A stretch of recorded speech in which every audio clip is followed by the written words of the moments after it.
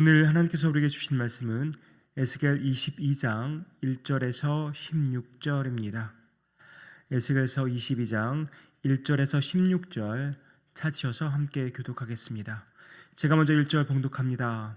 또 여호와의 말씀이 내게 임하여 이르시되 인자야 내가 심판하려느냐 이 피 흘린 성읍을 심판하려느냐 그리하거든 자기의 모든 가증할 일을 그들이 알게 하라. 너는 말하라. 주 여호와께서 이같이 말씀하셨느니라.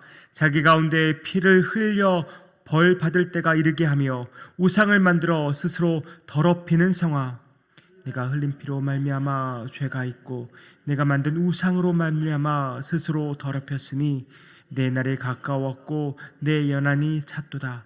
그러므로 내가 너로 이방의 능욕을 받으며 만국의 조롱거리가 되게 하였노라. 너 이름이 더럽고 어지러움이 많은 자여 가까운 자나 먼 자나 다 너를 조롱하리라. 이스라엘 모든 고관은 각기 권세대로 피를 흘리려고 내 가운데에 있었더라. 그들이 내 가운데에서 부모를 업신여겼으며 내 가운데에서 나그네를 학대하였으며 내 가운데에서 고아와 과부를 해하였도다. 너는 나의 성물들을 업신여겼으며 나의 안식일을 더럽혔으며 내 가운데에 피를 흘리려고 이간을 붙이는 자도 있었으며 내 가운데에 산 위에서 재물을 먹는 자도 있었으며 내 가운데에 음행하는 자도 있었으며 내 가운데에 자기 아버지 하체를 드러내는 자도 있었으며 내 가운데 월경하는 부정한 여인과 관계하는 자도 있었으며 어떤 사람은 그 이웃의 아내와 가증한 일을 행하였으며 어떤 사람은 그의 며느리를 더럽혀 음행하였으며 내 가운데 어떤 사람은 그 자매 곧 아버지의 딸과 관계하였으며 내 가운데 피를 흘리려고 뇌물을 받는 자도 있었으며 내가 변돈과 이자를 받았으며 이익을 탐하여 이웃을 속여 빼앗았으며 나를 잊어버렸도다. 주 여호와의 말씀이니라. 내가 불의를 행하여 이익을 얻은 일과 내 가운데 피 흘릴 일로 말미암아 내가 손뼉을 쳤나니 내가 내게 보응하는 날에 내 마음이 견디겠느냐 내 손이 힘이 있겠느냐 나 여호와가 말하였으니 내가 이루리라. 내가 너를 문나라 가운데 흩으며 각 나라에 해치고 너의 더러운 것을 내 가운데에서 멸하리라. 내 제가 자신 때문에 나라들의 목전에서 수치를 당하리니 내가 여호와인 줄 알리라 하셨다 하라. 아멘. 오늘 1절 말씀이 이렇게 시작합니다. 또 여호와의 말씀이 내게 임하여 이르시되. 이와 같은 표현이 22장의 17절과 23절에도 다시 한번 등장합니다. 전에 제가 한번 말씀드린 적이 있는데요. 하나님께서 직접 주신 말씀, 그것을 가리켜서 신탁이라고 부른다고 말씀드렸습니다. 그럼 에스겔서 22장에는 1절과 같은 1절, 17절, 13절에서 같은 표현, 여호와의 말씀이 내게 임하여 이르시되라는 표현이 3번 나오는 것을 보면 22장은 3개의 신탁으로 구성되었구나라고 알 수 있습니다. 오늘 본문을 읽으시면서 이렇게 보셨겠지만 하나님이 이 말씀 직접 이렇게 해주신 이 신탁의 주요 내용은 심판을 돌이킬 수 없을 만큼 이 예루살렘의 죄악이 아주 극에 달했다는 것입니다. 에스겔은 이미 18장에서도 백성들의 죄악을 지적한 바 있습니다. 그런데 오늘 본문에서는 좀 더 자세하게 구체적으로 그 죄악들을 낱낱이 지적하고 있는 것을 보게 됩니다. 먼저 오늘 본문 5절까지를 보면 2가지 죄악이 반복해서 지적되는 것을 알 수 있습니다. 피를 흘렸다는 것은 살인을 의미하고 또 우상으로 더럽혔다는 것은 우상 숭배를 가리킵니다. 다시 말해서 예루살렘이 지금 살인과 우상 숭배로 물들어 있다는 말입니다.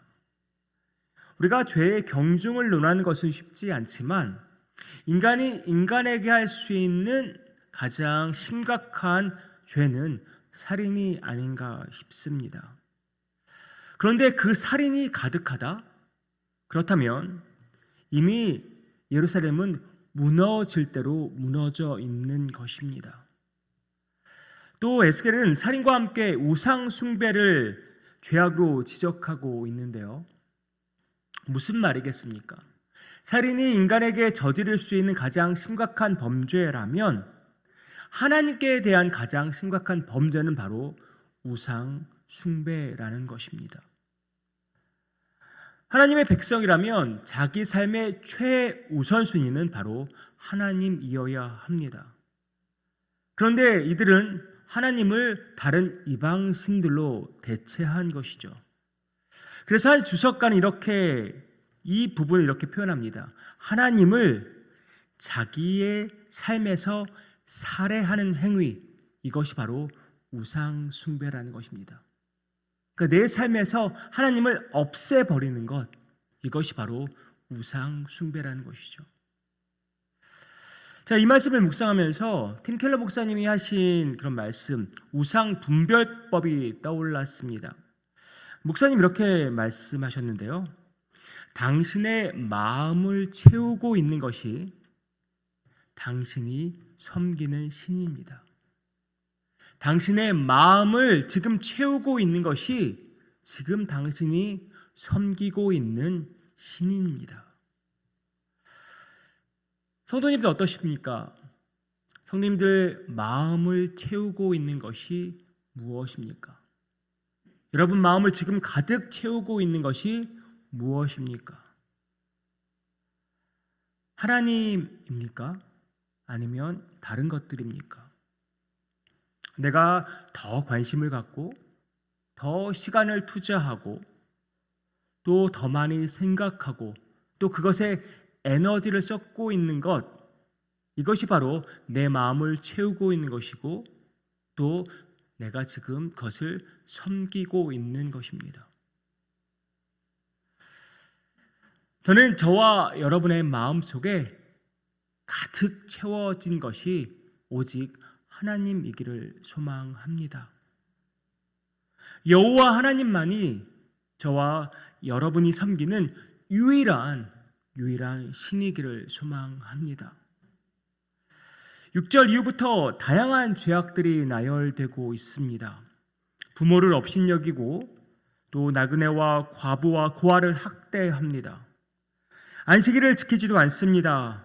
또 살인과 우상 숭배와 음행을 저지릅니다. 또 집 안팎에서 아주 부정한 성생활을 하고 있습니다. 그리고 뇌물까지 받습니다. 이런 모든 죄악들은 이미 출애굽기와 레위기에서 금지하는 일들이었는데 바로 지금 이 백성들이 이런 모든 죄악들을 저지르고 있습니다. 그야말로 출애굽기와 레위기에서 이미 하나님께서 주신 율법을 무시하고 죄를 저지르고 있는 것입니다. 이렇게 된 근본적인 이유가 무엇이겠습니까? 이것은 백성들이 더 이상 하나님을 자기의 왕과 주인으로 모시고 있지 않기 때문입니다. 이런 죄악들을 저지르면서 그들은 여전히 나는 하나님을 섬기고 있다고 착각하고 있었을 것입니다. 삶은 무너질 대로 무너졌는데 그저 종교의식을 하는 것만으로 자신은 하나님을 섬기고 있다고 착각했던 것입니다. 삶이 무너졌는데 그저 종교의식적으로 하나님을 섬긴다면 하나님께서 그 예배, 그 제사 과연 받으시겠습니까? 잠언 21장 3절이 이렇게 말씀합니다. 공의와 정의를 행하는 것은 제사 드리는 것보다 여호와께서 기쁘게 여기시느니라. 공의와 정의를 행하는 것은 제사 드리는 것보다 여호와께서 기쁘게 여기시느니라.